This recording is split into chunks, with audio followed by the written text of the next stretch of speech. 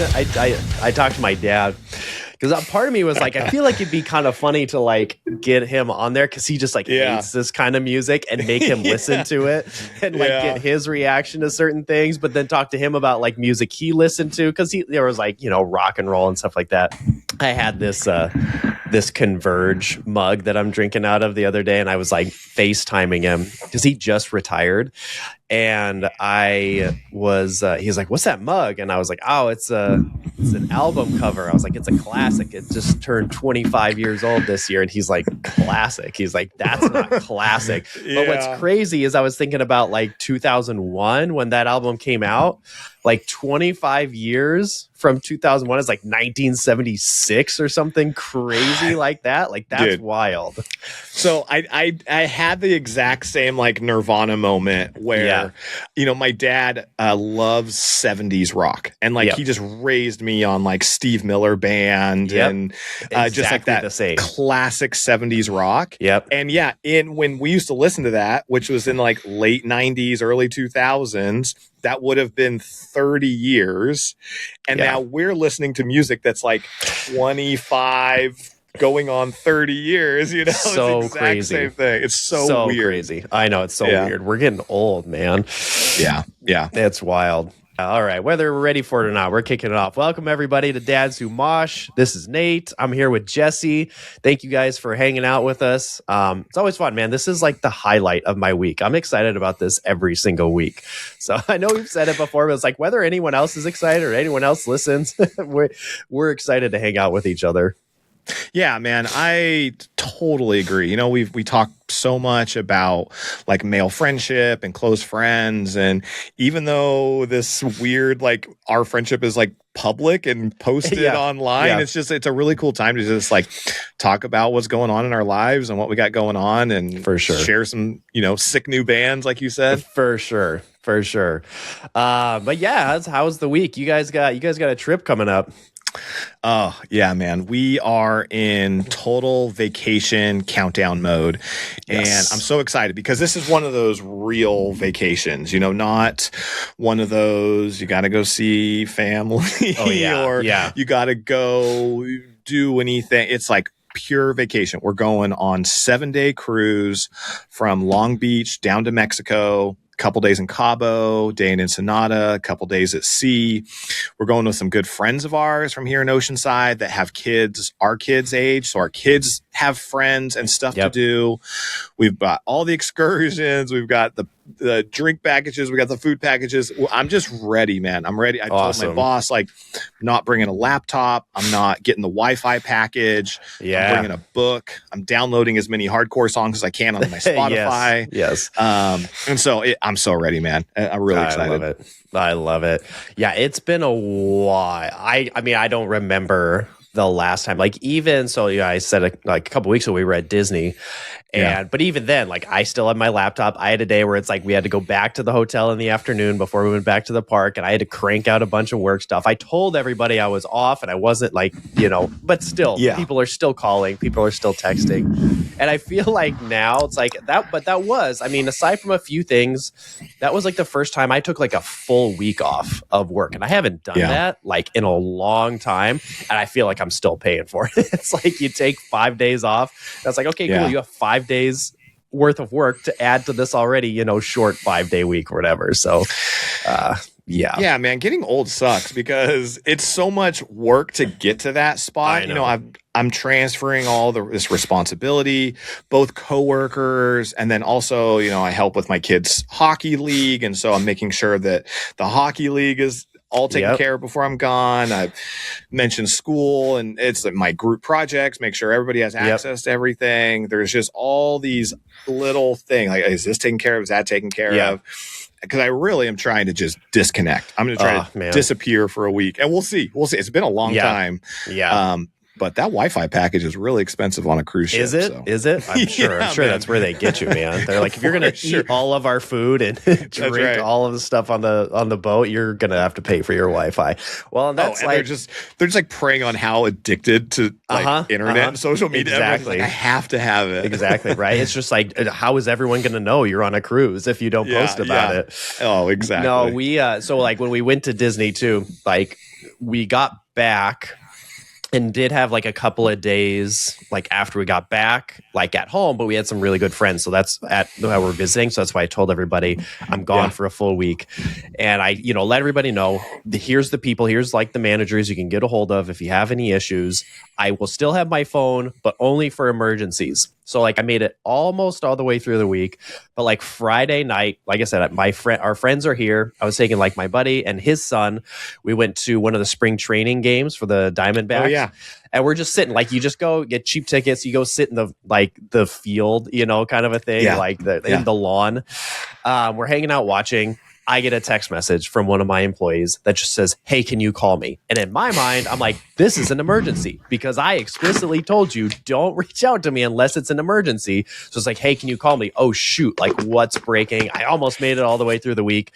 I call her up immediately. Like, I get up, walk away, give her a call. Yeah. There was an issue with her computer. That's all it was. I'm like, there are like I get that there are some things that you can only reach out to like a manager about, but there are literally like 5 people I can think of off the top of my head before even calling a manager that you're, when your computer doesn't work. But yeah, do we really want to go on this like Gen Z rant too? Man, I had a friend over. We were barbecuing in the backyard, and it was actually my daughter's birthday, and then the birthday just was a barbecue with a bunch of friends, and someone there, I will keep them completely anonymous, was complaining about their Gen Z employees and how their Gen Z employee would call them and say, "Hey, I woke up and I have a sniffle, so I'm not coming in today." Oh, man. And we were just, are you kidding me? Like, you got to go to work. And the culture has changed so much, and the whole like work ethic has changed so much. My dad would go into work with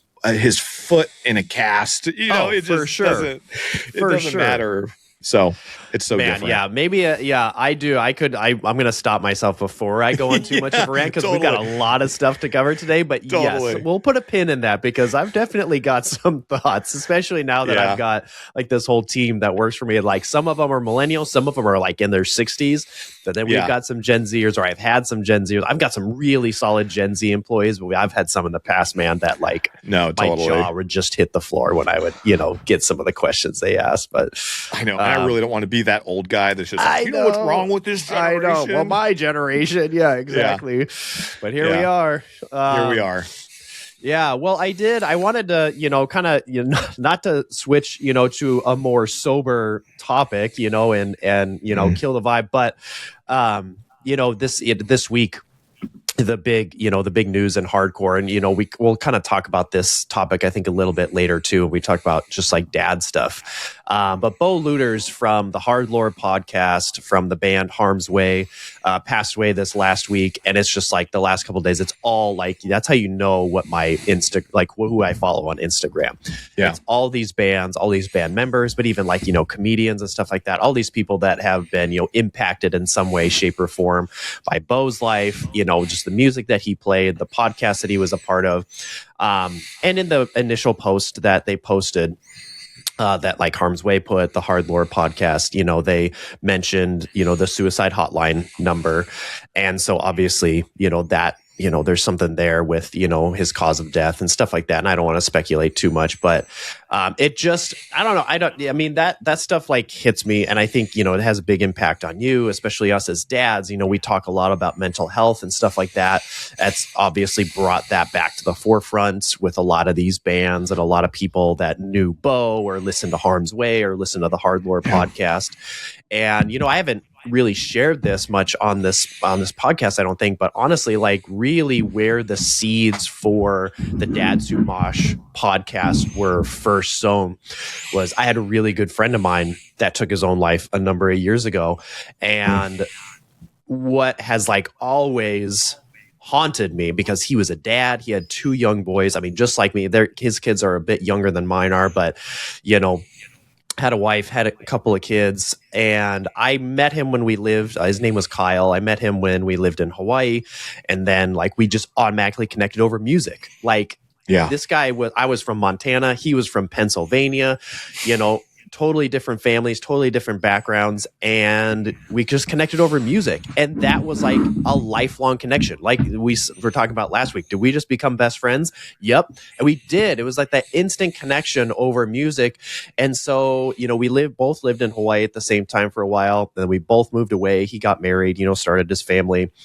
And we always stayed in contact. And that was like always the point of connection. That's what always brought us back together, was like, hey, did you hear this new song? Like, I just went to this show. All that. And I just, like, 3 days before he died, like, we were just talking about music on Instagram. And that just always stuck with me for a few reasons, I guess. It's like one big reason was like that connection that we had. That was like what kept us connected, was the music that we loved. But also just like, and I know it's like, you can't put blame, and stuff like that. But there's always been a part of me that's like, why didn't you say anything? I knew he had struggled with mental health stuff in the past. I knew he had struggled with like self-harm stuff in the past. And we had talked about that. And I knew part of his story, but it's like, oh man, why didn't you reach out? And it's not like, it's not like it's on me to save him, or it's not on us to save people that are in that, but it's just like, man, and so that was like in my head, it was like, I love how the hardcore scene connects people, but I think what I just want it to continue to evolve into is not only this place for us to connect, but a catalyst for us to reach out to each other, stay connected, talk, because dude, let's be honest, like a lot of people that are into hardcore music, like not everybody, but a lot of us have been through some stuff, and it's something that's therapeutic for us. And I think that community can also be there for us. So it's just, and there's a lot of talk, especially with Bo's passing and stuff like that too. It's just like, man, check in on your friends. But one guy even said, which I really appreciate, was like, don't just check in on your friends. Be like, hey man, how you doing? Good. Okay, let's go. Like, really ask them. Like, if you know somebody's struggling, like, ask those tough questions. Get awkward. I know, like, as dads, as guys, dudes, like, a lot of times it's like, oh, we don't want to talk about that stuff. I don't want to put pressure on you. I don't want to bother you. But it's just, it's so worth asking people, and in the end, like I said, it's not anybody's fault. It's not like you didn't ask enough, people will only share what they're going to share, and you can't force them to. But yeah, man, it's check in on your friends, ask them really how they're doing, check in on that hard stuff. It's tough out there. Man, it's so tough. This one hit me harder than I thought it would. I mean, it just feels so close. He's 38 years old. He's the same age as me. In the scene, I didn't know him, and I can't sit here and claim to be a friend. Sure. Like, I've never even met him, but I watched his podcast once a week. And so, you feel that connection with people. Like, he's in my ears once a week. Seems like a great guy. Everybody talks about. And, one of the things I saw that was like, is he was posting on his Instagram, videos from a show, and with his girlfriend, wife, I'm not sure, they were still up on his reels and his stories.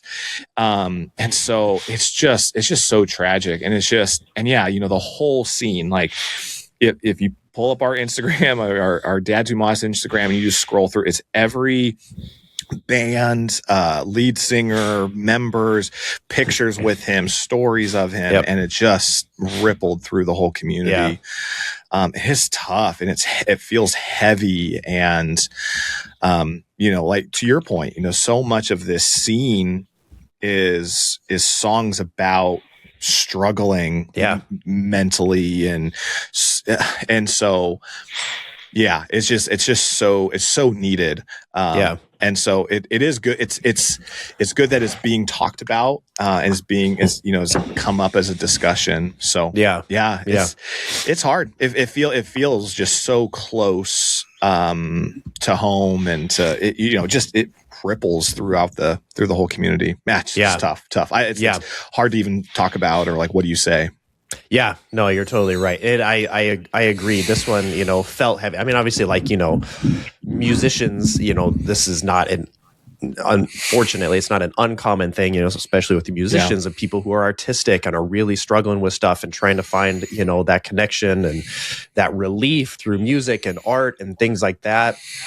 And so, it is tough. And I know there's a lot of people, I mean, talked about it on the podcast, struggle with anxiety, depression, not my whole life, but like, a big chunk of my life. And, that almost in a sense, it's really tough because it's like, man, I know I used to feel good. It's like, so why can't I get back to that kind of a thing? And it's hard. So, and it's really isolating. So yeah, we'll, talk about some of that stuff, I think, a little bit later on. We're talking about dad stuff, like checking in on your homies and stuff. But yeah, for sure. But yeah, obviously, both from Jesse and I, the whole Dads Who Mosh, family here, all of our love to Bo and Harm's Way and Hardlore and, everybody, his family, everybody that's been impacted by that.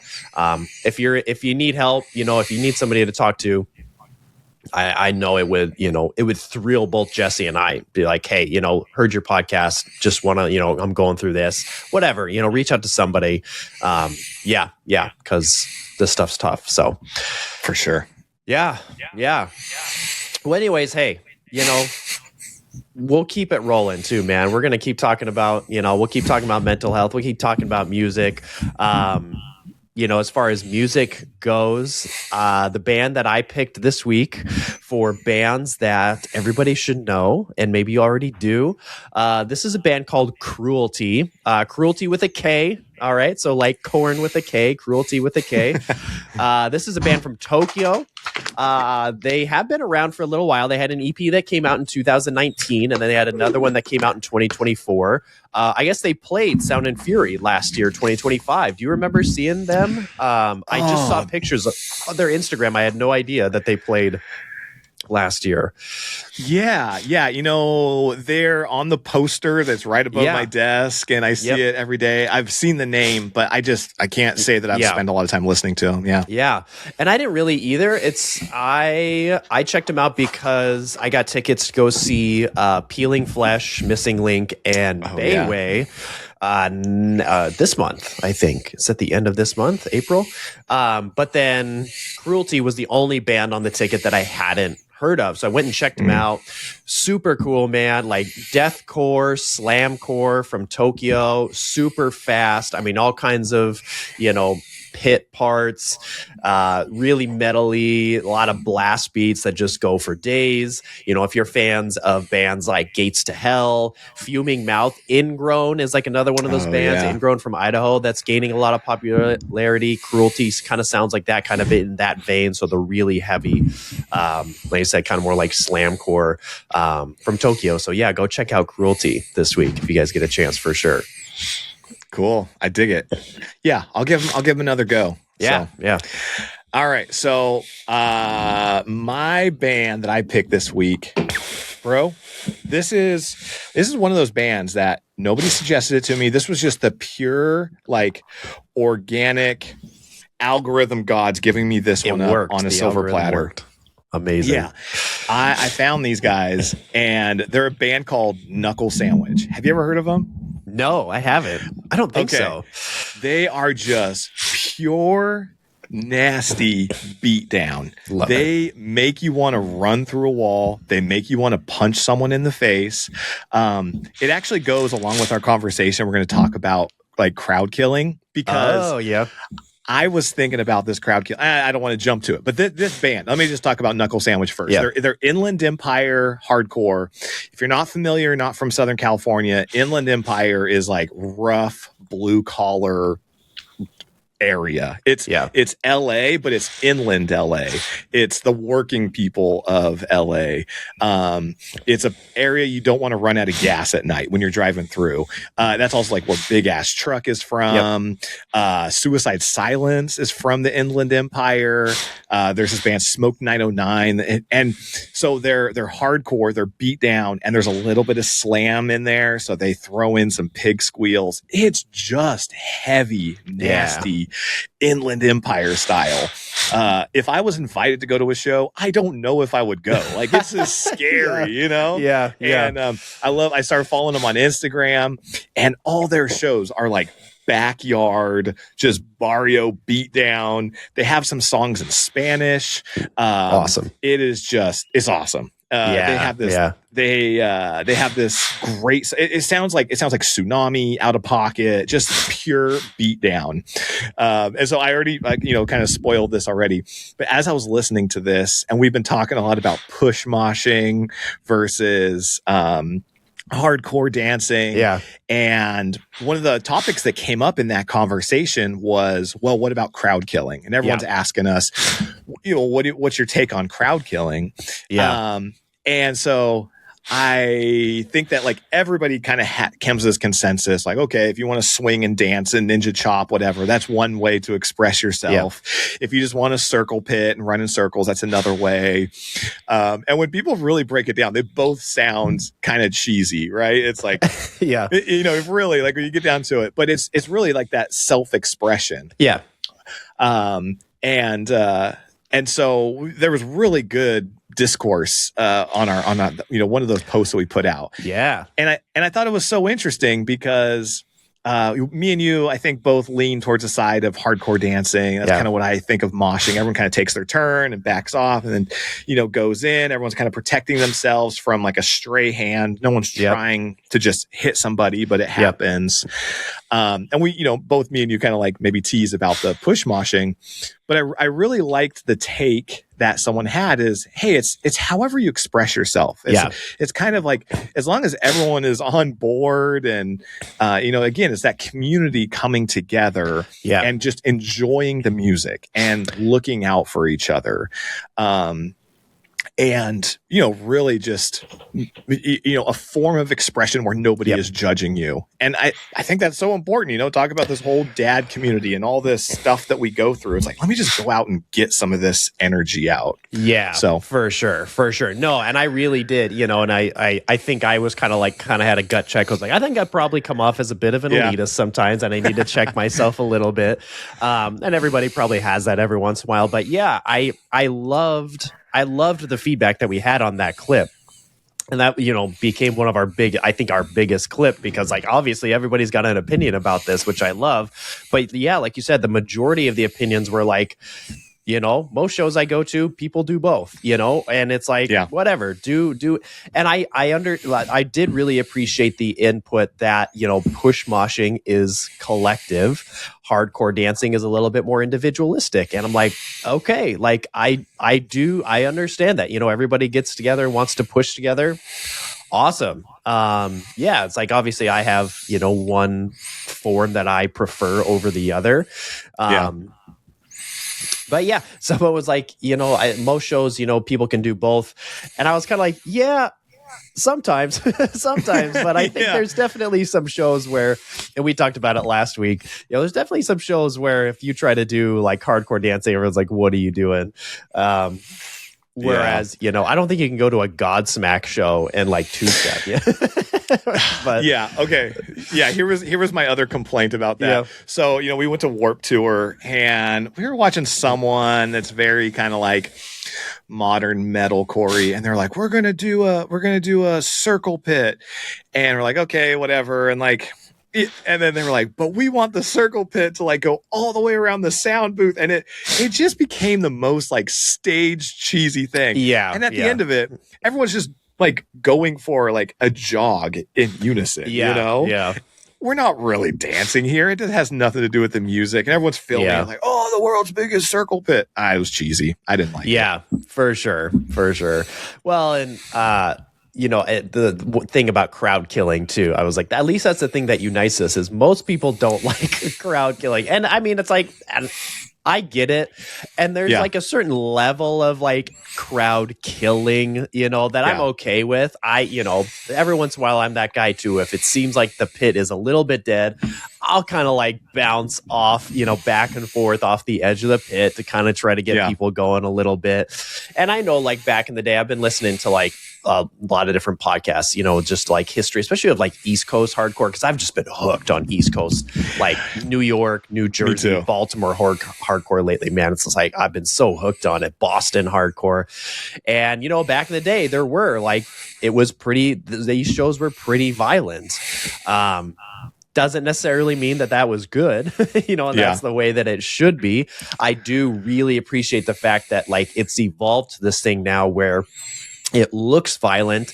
It looks scary, but it couldn't be further from that. Like everyone's just there to, express themselves, have fun. If someone gets hurt, you help them up, kind of a thing. I appreciate that we've at least, maintained the energy and like the craziness of it, but have gone, moved away. We don't, for the most part at hardcore shows nowadays, you don't have like, neo-Nazis out there to try to like kill people, kind of a thing. Like that's, we've moved away from that. So that's a good thing.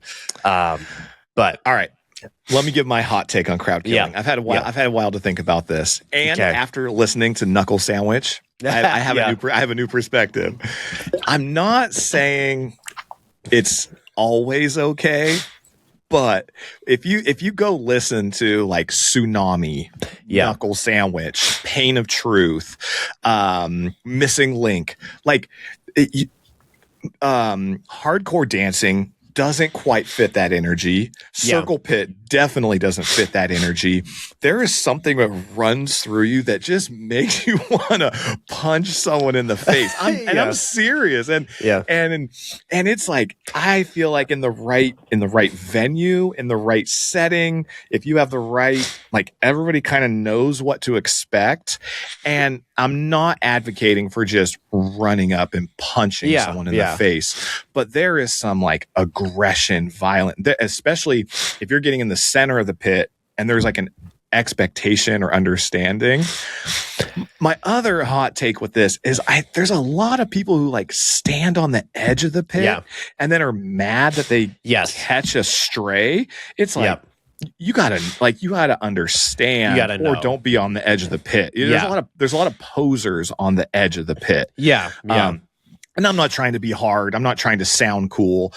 There is a energy, a sound to that song where it's one of the call outs in those popular Knuckle Sandwich songs is in the middle of the song. He's like, if you've got beef with somebody, get in the middle of the pit and settle that right now. And it just like fires you up.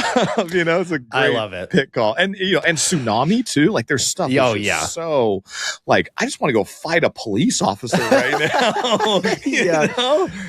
Right. No, you're totally right. And that is like it's and a lot of like, a lot of venue, not a lot, but there have been venues in the past where people have gone to a show, they catch a stray, and they sue the venue. And so now a lot of venues have like this whole lengthy disclaimer, bans. A lot, like the last time I watched the Acacia Strain, even they did this whole disclaimer because like the Nile here, like somebody tried to sue the Nile at one point because they're like, this is not the venue's fault. You got to understand what you're signing up for. I'm sorry if you're not familiar with it, but that is like a lot of people will go to like, they'll go see Godsmack or whatever, some band like that. And then they'll be like, oh yeah, I'm going to go see a hardcore show because I pushed, a bunch of like 45-year-old dads in, leather vests in a Godsmack mosh pit. And then they'll come to this, be like, what are you doing? And get super mad and, get a broken nose. But it's like, if you don't understand it. So like, I took that friend of mine to that burial show. And he was like, oh, you want to get a little bit closer? I'm like, if you're sure, like, that's right. And it was funny too, because he was like, so what are the rules of the pit, and stuff like that. And I was just like, I said, like, nobody's really trying to hurt you. You just got to watch out, for yourself kind of a thing. And, I get it. That's frustrating too, because, like people will, act like they're hard or whatever, but then they go to a show and they get hit and they get mad. But it's like, you gotta do your research, man. I don't know. It's a weird world that we live in. It is a weird world. You got to do your research a little bit to get ready for it. You go to Warped Tour, don't crowd kill people, okay? You go to see like some metalcore band at House of Blues with a barrier, don't crowd kill people. Exactly. But you're going to see a show in the backyard in the Inland Empire and Knuckle Sandwich is playing, like you're going to get crowd killed. Exactly. You got to know what to expect. No, you're totally right.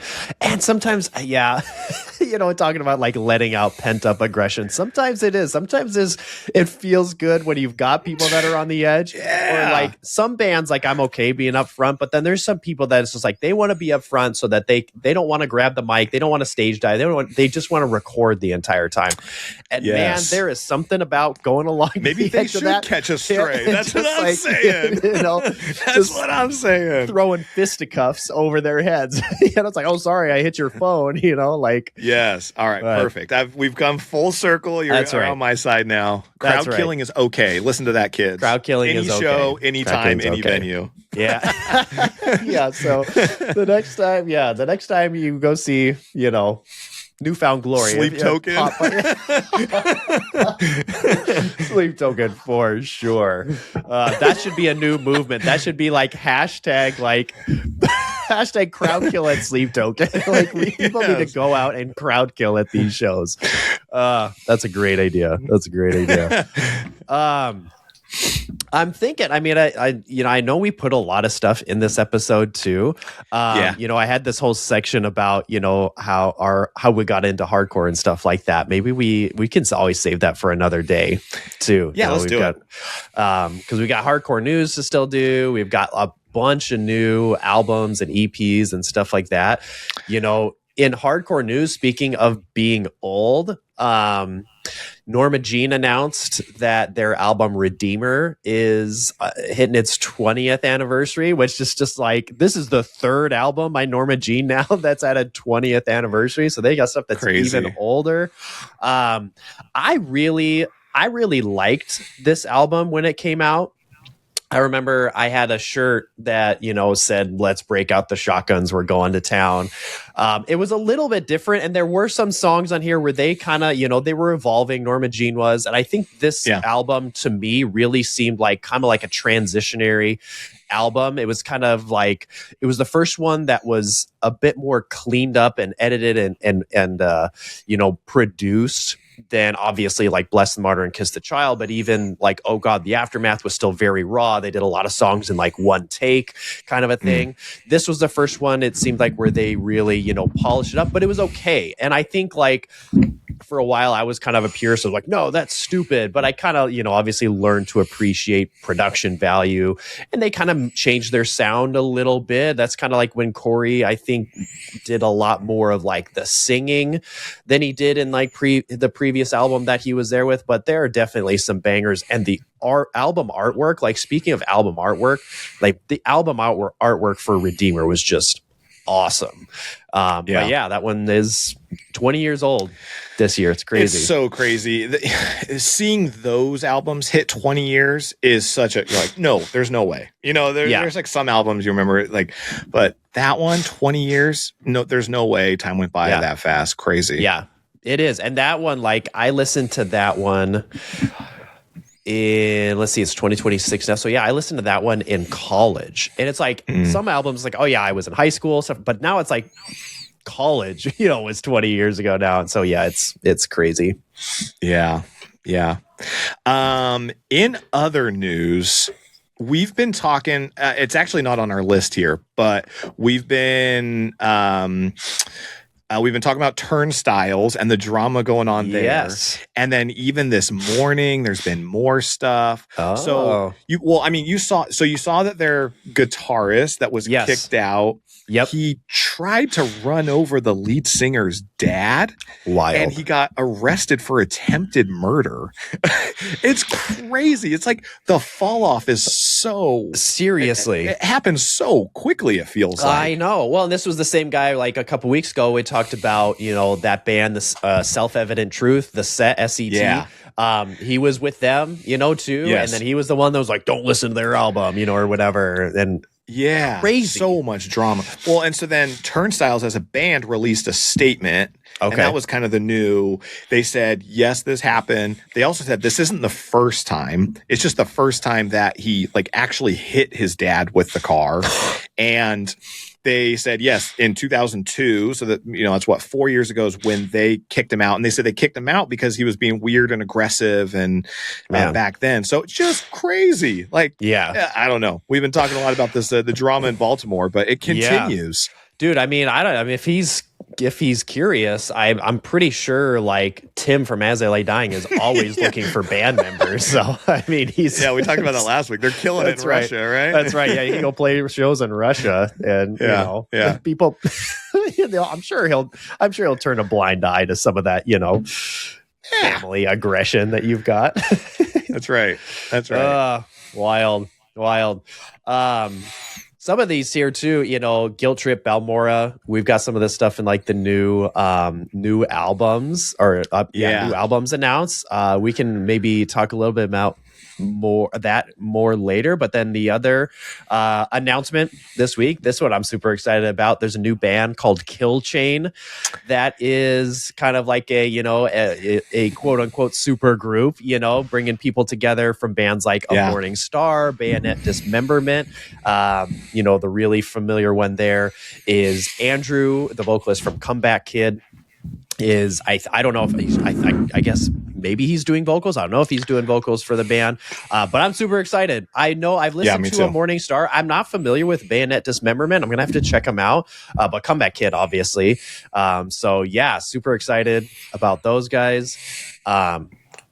I really like Andrew's voice. So I hope it's kind of he's doing vocals. If he doesn't, it'd be cool too. I'm still interested either way, but I love his voice. I love his sound. So it'd be really interesting to see what they do.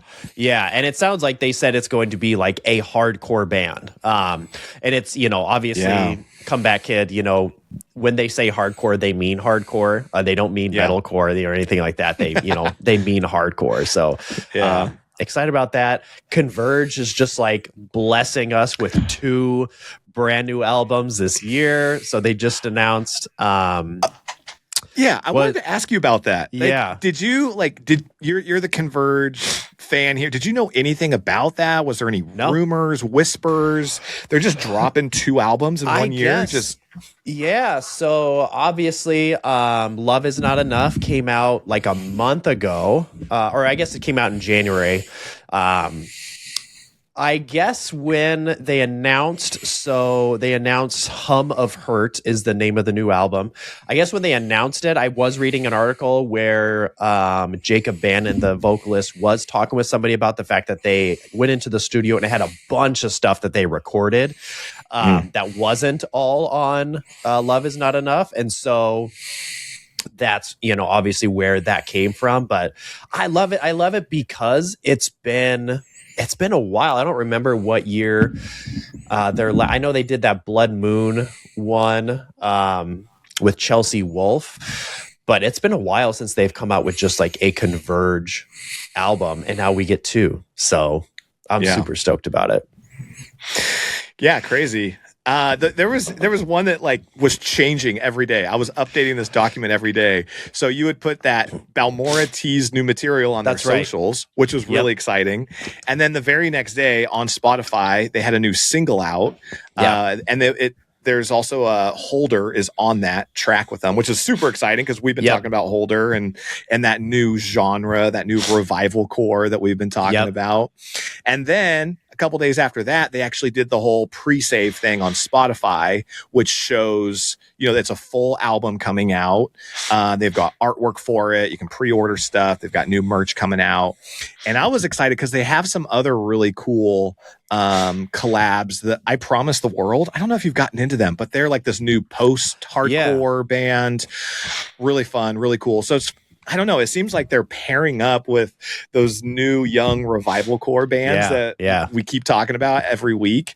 I really like this new single that they put out. Sounds very Balmora. I'm assuming it's with their new vocalist, but it you can barely tell. Like they haven't missed a beat. It just sounds really good. So yeah. What's funny is a friend of mine messaged me a couple days ago, and he listened to the new Balmora song, and he's like, I thought for a second this was a Veil of Maya. He's like, I thought this was a cover, and he sent me one of their songs. I have to go back and check it out, and he's like, it sounds. I thought they were covering, and I listened to it. I was like, oh, bro, it totally does sound like it. So it is, but it's just because they're bringing back a lot of that.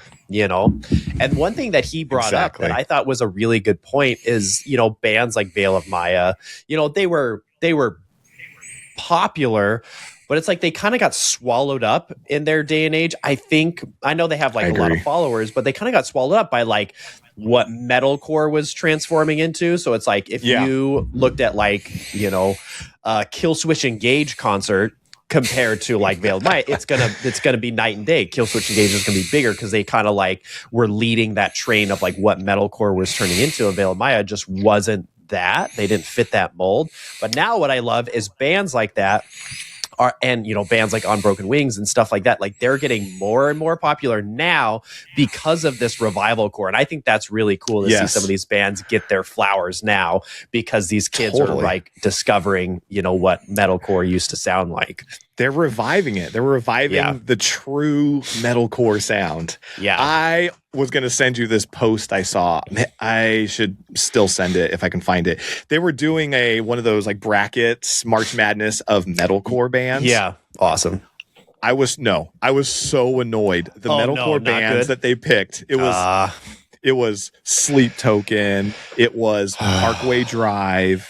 It was Ghost Inside, which I like Ghost Out Inside, but like that's not that it's not that metalcore that we're talking about. It's that revival core or whatever. It was that 2010s 2020 slower melodic metalcore maybe. It got really melodic, I think. Yeah. And I know too, like, metalcore, the term metalcore now is such a broad term. And it's like, you could, like we've just been saying, you can talk about Kill Switch Engage and be talking about metalcore. I mean, when I look at lists of like the top 10, top 20 metalcore albums of all time, Jane Doe by Converge is always on it. Converge doesn't sound anything like Kill Switch Engage. They don't sound like, On Broken Wings. They don't sound like Parkway Drive. So I get that it's such a broad term, but it did, like, in terms, I think, of popularity, those bands like, Kill Switch Engage, August Burns Red, Parkway Drive, those are all great bands, but it's like they kind of like carried that term metalcore with them, and they got on these bigger stages, and I think a lot of people just like, oh, this is metalcore, but it's not all that metalcore was. And that, I really love, there was, again, I've been listening to like a lot of like old, like East Coast hardcore, and there was that turn in like the 90s and early 2000s where it did become more melodic with like the guitars and stuff like that. It didn't mean that they were necessarily throwing in like, clean vocals and hooks and, choruses and stuff like that, which I really love, the more melodic hardcore. But the term metalcore is such a weird thing. Yeah, there's so many variations, and that's where it's hard to say, oh, this is, it's hard to put any of them in a box, really. But yeah. Okay, let's keep going down. I was also really excited about the Guilt Trip release. So they've put out a couple, teasers, and then you pointed this one out. Our boy Sonny Sandoval from POD, that's right, shows up as a feature on one of them. I'm so interested. I know, I am too. What? And you've seen he's doing this kind of reggae thing. Have you listened to his reggae stuff? I have not. I mean, I mean, no offense to anybody. There's a couple of genres of music that I just can't get into it. I can't stand Hot reggae. Take alert. I can't stand reggae. I can't. More power to everybody that likes it. Whatever. It's not, but I can't stand it. I can't stand reggae. Doesn't make sense to me. I can go either way. Yeah, sure. Yeah. But that's exciting. And it's cool. It's like, it's always really cool to see, we've talked a lot about like paying dues to the, getting those old school guys on the album. So yeah, I do love that. Which then kind of takes me to, there was a really cool Meadows song that came out. Okay. Yeah. Brand new single. Have you seen that? And they've got Shai Hadul on it. Yeah. So, yeah. So really cool, like a cool combo, cool mix up there. I think Well, I know that Meadows is down in Alabama, so okay, maybe there's a link up down there. So, but yeah, fun. I think they've got an album coming out. They've got cool. Another band I should highlight sometime. Really cool dudes that we got to meet down at Furnace Fest one time. That's right. And you're going to see them coming up soon, right? With No Innocent Victim and The Undertaking. Awesome. Countdown is on, almost here. Yeah. Dude, as far as like, new, we've got a lot of announcements, but like an album that is out now that I've just been really hooked on, and I was surprised, is the new one by Chamber.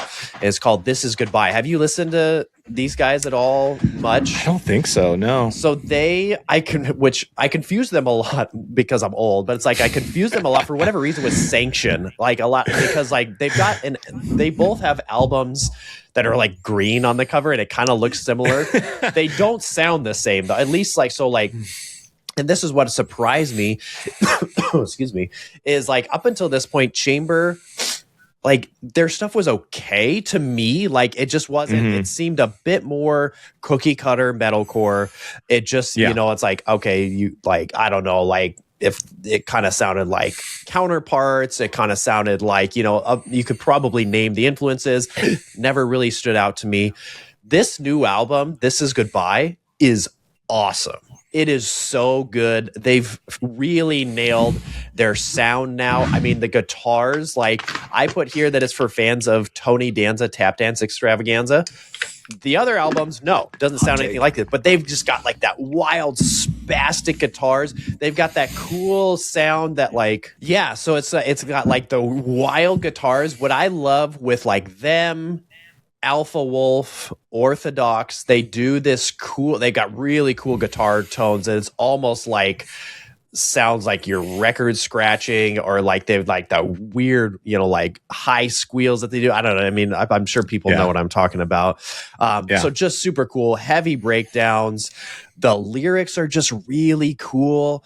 I like it because it's kind of like there's like this also like a revival of new metal kind of, or at least new metal influences in bands Orthodox and Alpha Wolf and, now Chamber and stuff. I mean, like when you listen to interviews with Adam from Orthodox, like his Instagram handle is Steal This Adam, because System of a Down is like his favorite band, so I love it. I love that influence. It's super cool. So if you listen to Orthodox, Acacia Strain, Tony Danza, check out Chamber's new album for sure, dude. It's super cool.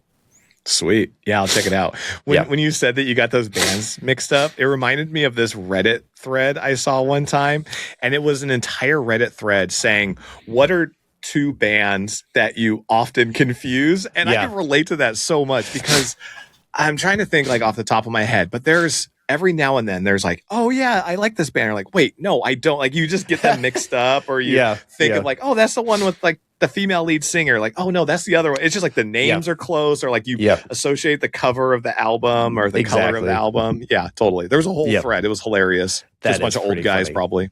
Yeah, you were right. Just getting confused. Yeah. Let's see. We got, I added this one last minute, the Callous Dowboys. I don't know if you've checked those guys out or not. Their album last year, I Don't Want to See You in Heaven, to me was one of my favorite albums. Just weird mathcore. I think they have it's either saxophone or trumpet player in it. So just like bizarre, kind of just like spastic, but they put out a new song. I think it came out today, Gigantic Parasite Tongue by Callous Dowboys. That's another cool one. So I had to squeeze that one in. Yeah, a bunch of good stuff. I mean, there were so many. There was a couple weeks there where we're like, oh, I don't know. There's maybe this song, but it was just boom, boom, boom, new stuff coming out. Yeah. So exciting. Love it. Awesome. So yeah, I mean, we kicked everything off today, talking about everything with Bo from Hardlore and Harm's Way and stuff like that. And I think it's, I kind of threw this topic in this week, and, I think the timing works with stuff like this. And, one of the things that I've been looking at stuff, a lot, or this is, it's shown up in just things that I've been reading and things, is this idea of like secret burnout, especially within guys, especially within dads. It's so easy for us, I think, to just get into the daily routines. You work, you do kid stuff, like, whatever it is. And then it's just like, it's easy, I think, to get burnt out without realizing that you're burnt out. And all of a sudden one day you wake up, it's like, why am I so pissed today? Like, why am I so mad? Or like the opposite is like, why do I feel depressed? I've got this great life. I should be happy, but I just don't feel it. And then it's like you get even more stressed because it's like, I should just be grateful for everything that I have. And I don't feel that. I've got this great life. Like, and then you just get down on yourself. And it's just like this vicious cycle. And yeah, I think, you know, some of the stuff we were talking about before, you know, like with my buddy Kyle, with, you know, Bo, with all this stuff, you know, a lot of times what happens when somebody takes their own life, a lot of people are like, oh, that's so surprising. They seemed so happy. They seemed like they had everything I wanted, you know, like they had this great life. And I just, I think what I wish, I hope we can get to this point one day where it's like, if somebody, you know, takes their own life, it's like, people knew, or at least there were people that, you know, it sounds sad to say, but it's like they weren't surprised, but it's like they knew that at least that stuff was going on in their life. They knew that burnout was happening, I guess.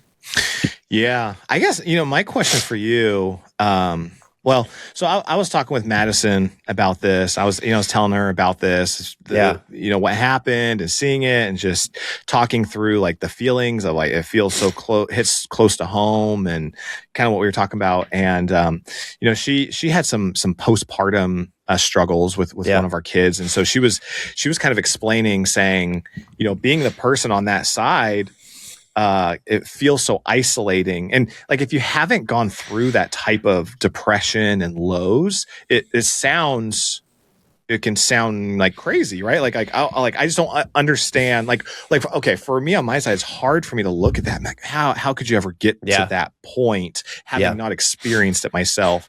And I hope that doesn't sound like presumptuous or anything, but you look at it and you're like, wow, you know, like you said, this person has everything. They get to do this cool stuff. But you know, the way Madison was describing it is just this voice of the world would be better without you. And having to like surround yourself with people that, you know, like reject that and speak life into you and encourage you.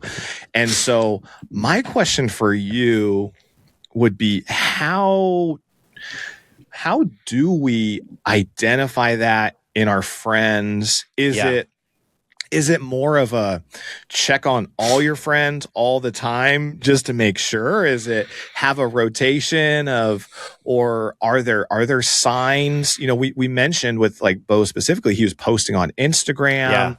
He's, you know, and so again, I don't know him. I'm not his friend. I have no idea. And I certainly don't want there to be any blame or anything out there towards anyone around him. Right. But how, are there things to look for? Is there a good like way to stay in the loop like that with the homies? Yeah, man. And it's, I mean, obviously everyone's situation is going to be different, but I think, you know, one of the best things is like, if you have like those friends that have expressed, you know, you're close enough, because like, like people have a lot of friends, or they may have a lot of friends, but we've even talked about this on the podcast, like, you know, usually as dads, we've got a pretty small group of friends that like we would actually really consider friends.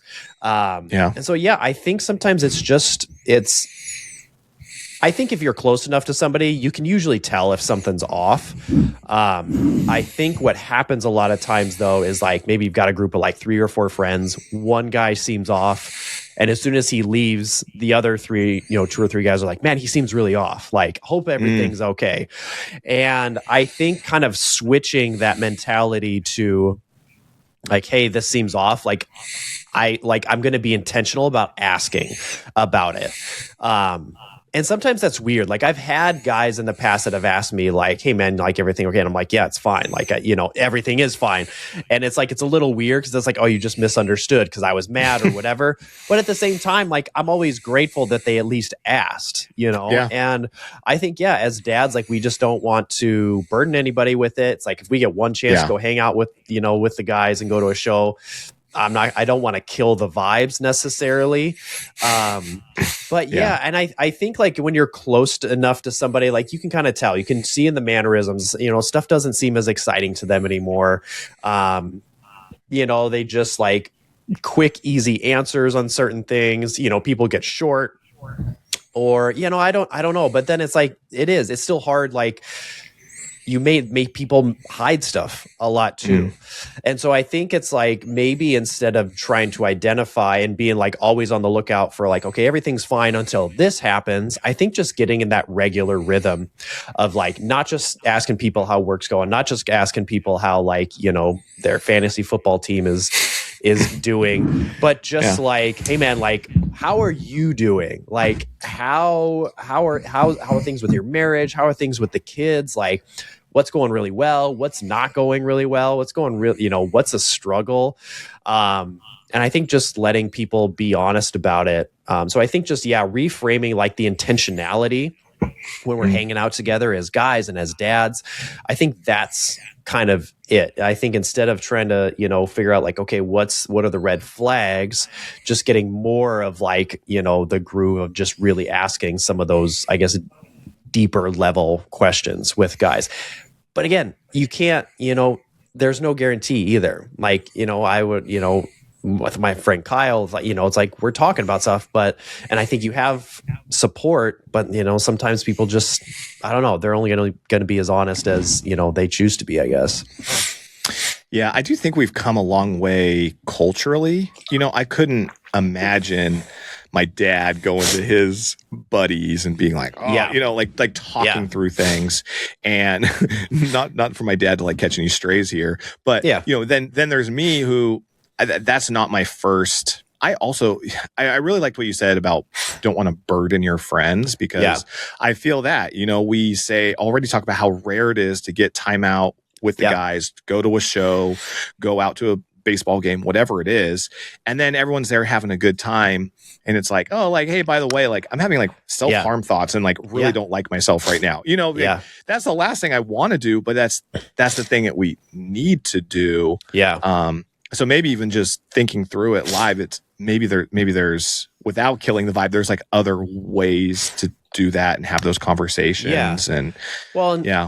Jana too, we were talking about this, you know, same thing this week. And that was one thing she said too, because, you know, I was talking about, you know, got this group chat with like a few dads here, you know, we talk about shows and stuff like that. She's like, you could also do something other than shows. You know, she's like, you could also do stuff where it's like, you have a little bit more time to talk, you know, you guys just go get dinner, or like, go to, you know, if you whatever, like I can drink Diet Coke at a brewery, you know, like, you know, it's like, go do something where you guys can actually hang out too. And I think that's a good point, because yes, going to shows with people is a ton of fun, but it's easy to go to shows, you know, with other guys, because like, we all love the music. We're going to get in the pit. We're going to have a great time. But I think also trying to intentionally carve out that time to like, let's go do a barbecue. Let's go hang out. You know, let's go somewhere where we can actually like talk. I think makes a difference as well. Yeah, no, I agree. And it's about being open and vulnerable. I know these are such buzzwords and kind of, you know, used a lot right now. I think it also helps if you're the one who's not struggling, you can help break the ice by being the one to start that conversation. So, you know, we're hanging out, and maybe you, like you said, I'm picking up on this, something's going on. I can start talking about my life and some of the things I'm going on to try to relate and, you know, make it less awkward about what's going on. So for sure. And I think, just having that mindset where it's like, you're okay talking about that stuff. You're okay hearing that kind of stuff. And sometimes with guys, especially, it may just be, you're hanging out for like 3 hours and there's a 5-minute conversation about, you know, how you're feeling, you know, emotionally or whatever, mentally. And that might be all that it takes, you know, just to know that you've got somebody, and then you can go back to talk about football or whatever it is. But and life is tough. Like, I know that this goes back to your whole point. Like, my life is very easy, you know, like in comparison to most of the world, and even how my parents grew up, and, you know, my kids have everything they could ever want. But life is hard. There's the pressures. There's there's all kinds of you know, we're just fed these doom stories all day on our social media and the news, and we don't know if we're at war, going to war. Yeah. Like political leaders, what they're going to do. It's just dark and heavy, and that just leads to some dark places. And life is tough. Yeah. Have you seen gas prices lately? Holy cow. Yeah, it's not as bad here as it is where you are, but oh, bro. I know. Oh, and I think just like, telling dads too, like, you're doing a good job, man. Like, you're doing great. Yeah. Your kids are fed, your kids are making it to school, like, you're doing it all. Like, I think that's the other thing. I think a lot of times that stuff is taken for granted in our culture. And it's just like, well, yeah, that's what you're supposed to do. But it's like, yeah, but it's also really hard to do that. Like, it's really tough to do that stuff. So I think just, letting your dad friends know, like, you're doing a good job, man. You're doing great. Man, Jesse, you're taking your kids on a cruise next week, dude. Awesome. Yeah. You're killing it. That's great. Nate, and you just got back from Disneyland, man. That's your right. kids got to go hang out with Mickey and see the California sunshine. Man, I know. Yeah, that's right. But yeah, so I mean, just, a shout out there too to anybody listening. There are resources out there. Obviously Jesse and I, we're not professionals, but if you just need to rant, go ahead. We'll be there. We're there for it. Absolutely. There's hotlines to call, stuff like that. And if you got some homies out there that are going through it, shoot them a text, let them know they're doing a good job. So. Yeah, love it. Yeah. Well, time for everybody's favorite segment of the podcast. That's right. You have such a good pick this week. I loved it. So, weekly additions to the Dads Who Mosh playlist. Jesse. I will say sometimes I kind of treat this like a competition. Like, I'm like, okay, what's he gonna pick? But not really. I love seeing your picks. I get it. I'm like, okay, I got to get like a deep cut in here. Yep. I love when you find like a good deep cut. And you're like, oh, I haven't heard that for so long. I love that one. Yep. Okay, so a lot of build up here. As Nate mentioned, we're on a mission to build the world's greatest playlist. And so my pick this week is On Broken Wings, I Do My Crosswords in Pen. I love this song. I love that entire album. Mm-hmm. I hadn't listened to them for a long time until I saw them, on the bill for Furnace Fest this last year that we went. And then I fell in love with On Broken Wings. They're so good. Yeah. Also, I just want to give them their flowers. Like, they're the ones that pave the way for all these bands we've been talking about. They're the golden standard for the Ends in Tragedy and Balmora and all these bands that we've been, kind of glazing recently. That's right. Yeah. So these guys, they set that standard. They sound so good. When we saw them at Furnace Fest, they hadn't missed a beat. They were fun. So good. Yeah. They're playing covers of newer stuff. It was awesome. Yeah. This song too, I love. There's a part in towards the end of it where they just do this that scream. You know what I'm talking about? Yeah. It's in the background. Yeah. Yeah, but it's not it's not like a mosh scream. It's not like a metal scream. It's just like a scream. It sounds like it's backstage or something. Oh, dude, it is. It's like somebody just found it's like some lady just found her her Pomeranian dead in the backyard or something. Yeah, that's what it sounds that's like. Such a good description. Yeah. But it's exactly, and it just fits it so well. The song it's not well recorded in the best way possible. It just sounds like it's in someone's garage. Yep. Oh, so good. So good. Yeah. So that's my pick. Love it. Yep. I love that one. The intro to that song, the weird little sound that comes on, when it's coming. Yeah. I love it.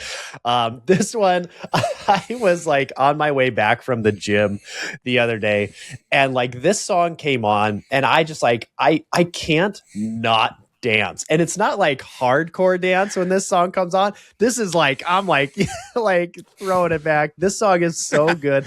I've seen Orthodox. So the song is Blendin' with a Week by Orthodox. I can't ever skip this song when it comes on. I've seen Orthodox a couple of times. I need to see them again because I just wasn't super familiar with this song. They played this at Furnace Fest.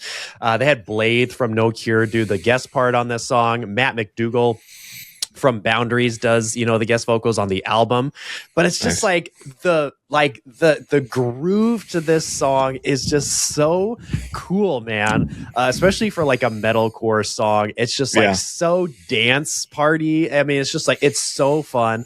This song came on and I went and I listened to this whole album from start to finish. Kind of had forgotten how good of an album this is by Orthodox. So it was the album A Door Left Open. They're one of the hardest working bands in the scene right now. I got to give them props because they did a free show here in Mesa last year too, where they did like around Christmas time, where they did it was free if you brought canned goods in, to donate. Otherwise it was like $5 or something like that. And the proceeds went, towards, food programs and stuff like that. So I got to see this song live someday and just like, dance to it like I do in my car every time it comes on. So, man, super cool song. Yeah. Next time we're hanging out, I'm just gonna like play it because you say like you can't help dude, it. And I won't even know what's happening. It just possesses me. So awesome. Yeah, good addition, man. This week, this you playlist too. is shaping I dig up. it. Yeah, absolutely.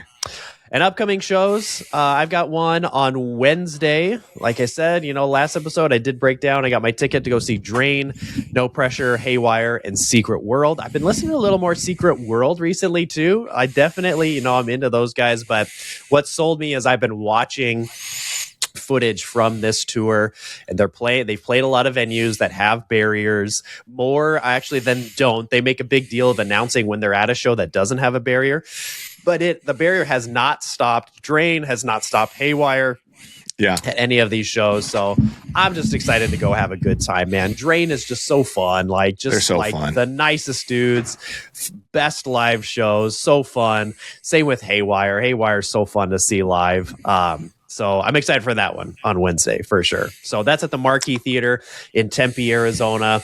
I know you can still get tickets if you go to the Nile Theater because the Nile, the folks that run the Nile are actually putting it on, but it's at the Marquee because it's a little bit of a bigger show. I think earlier this week they were at like 65% sold out, or last week. So I know they're getting close. I'm hoping it sells out. I'm hoping it does really well. So that one will be fun. Sweet. Yeah. And I finally have a show. I've been in a drought. I'm super excited.